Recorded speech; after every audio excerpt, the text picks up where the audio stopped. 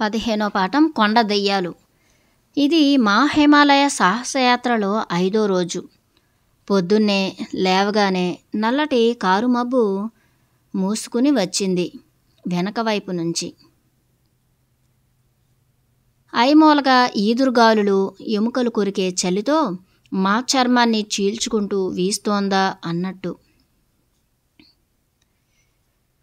ఎంత పర్వతారోహకులైనా కష్టాలకు తట్టుకునే ఎంతటి మోటు శరీరాలైనా ఆ జడివాన చినుకులు వాడి శూలాల్లా మా వీపుల మీద కొరడాలతో చావబాదినట్టు బరబర వర్షిస్తుంటే మాలో ప్రతి ఒక్కడు తూలి ముందుకు పడబోయాడు ఆ వానజడికి.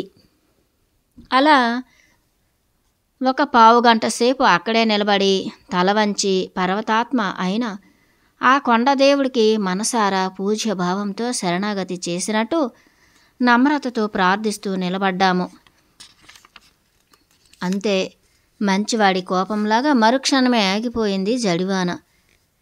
ఫెలఫెల పెద్ద ట్యూబ్ లైట్ల కంటే మందంగా వెలిగే మెరుపులతో చైనీస్ సైనికుల మరఫిరంగుల పేలుళ్లను మించిన పిడుగులు వెళ్ళి కొండల్లో పడుతుంటే లోయంతా ప్రతిధ్వనించింది.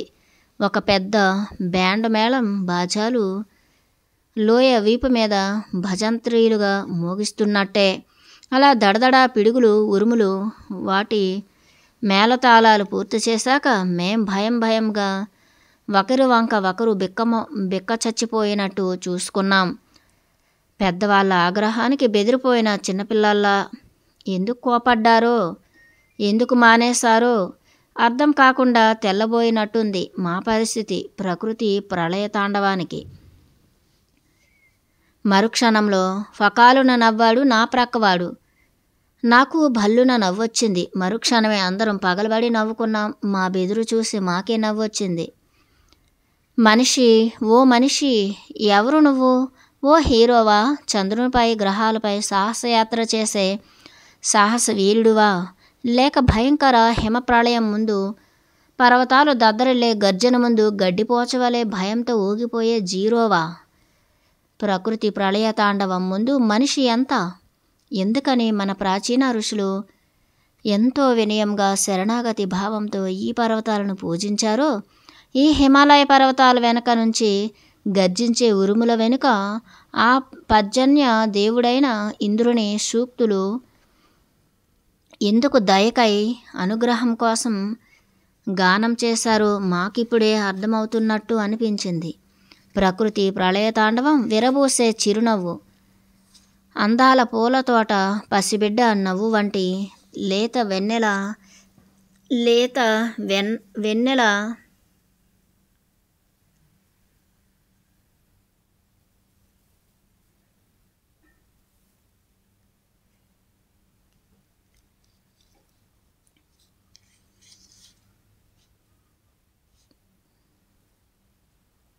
అమ్మ ప్రకృతి మాత, మేము నీ బిడ్డలం, మమ్మల్ని అదిలించకు, భయపెట్టకు, అలా నీ తోసేయక ప్రేమించు అంటూ ఈ పర్వత రాజపుత్రికి అయిన జగన్మాతను దేవీ సూక్తంలో వేదంలో కాలపురుషుడిని కాళికాస్త్రీని ఎందుకు గానం చేశారో అర్థం చేసుకోవడం కష్టం కాదు.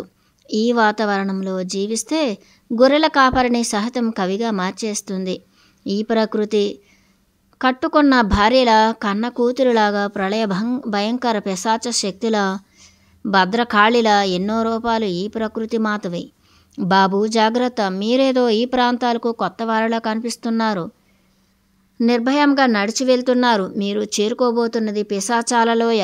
దీని పేరు చెబితేనే మా కొండవాళ్ళు నిద్దట్లో కూడా హడలి చస్తారు. ఊరికే మాటల్లో దీని పేరు చెప్పినా భయంతో మలమూత్ర పర్యంతం అవుతుంది ఈ భీకర ప్రదేశాన్ని దీన్ని తలుచుకుంటే అంటూ మమ్మల్ని హెచ్చరించాడు. ఎవరా అని మా మంచు ప్రయాణం ఆపి కుడివైపుగా తిరిగి చూస్తే ఓ ఎత్తైన చెట్టు మీద నుంచి పొడుగాటి గడకర్రతో కొడవలి కట్టిన దోటీతో ఏవో పూలో పండ్లో కోస్తున్నాడు.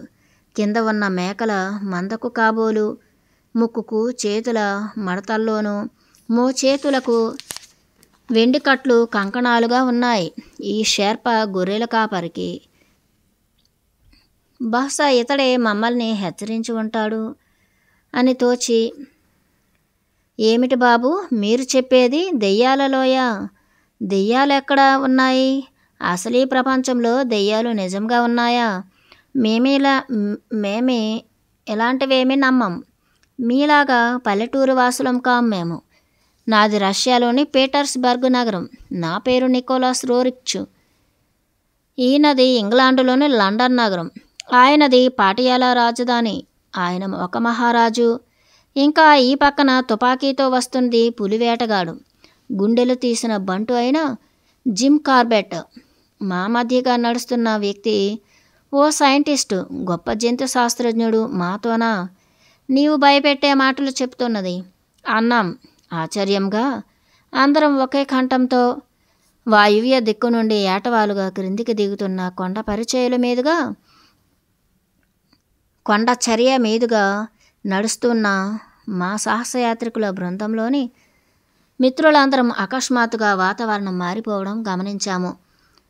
కీచుమని చెవులు చిల్లులు పడేలాగా రొదవంటి శబ్దంతో గాలి ఓ దుమారంలా వేగంతో వచ్చి వాళ్ళ ముఖాలకు తగిలేలా లోయ క్రింద నుంచి వీస్తూ వాళ్ల పాదాల క్రిందకి దూరి పైకెత్తి పడేస్తున్నంత వేగంతో విసురుతోంది. అంతటి కాకలు తీరిన పర్వతారోహకులు క్షణం ఆశ్చర్యపడి అలా నిలబడిపోయారు. ఏమిటి ఈ విపరీతమైన గాలి? పైగా ఆకాశంలో ఏమీ మబ్బులు లేకుండానే ఎండ తెరవేసినట్టుగా చీకటి వ్యాపించింది లోయంతా. మరి మా చుట్టూ కారు మబ్బులు కానీ, ఉరుములు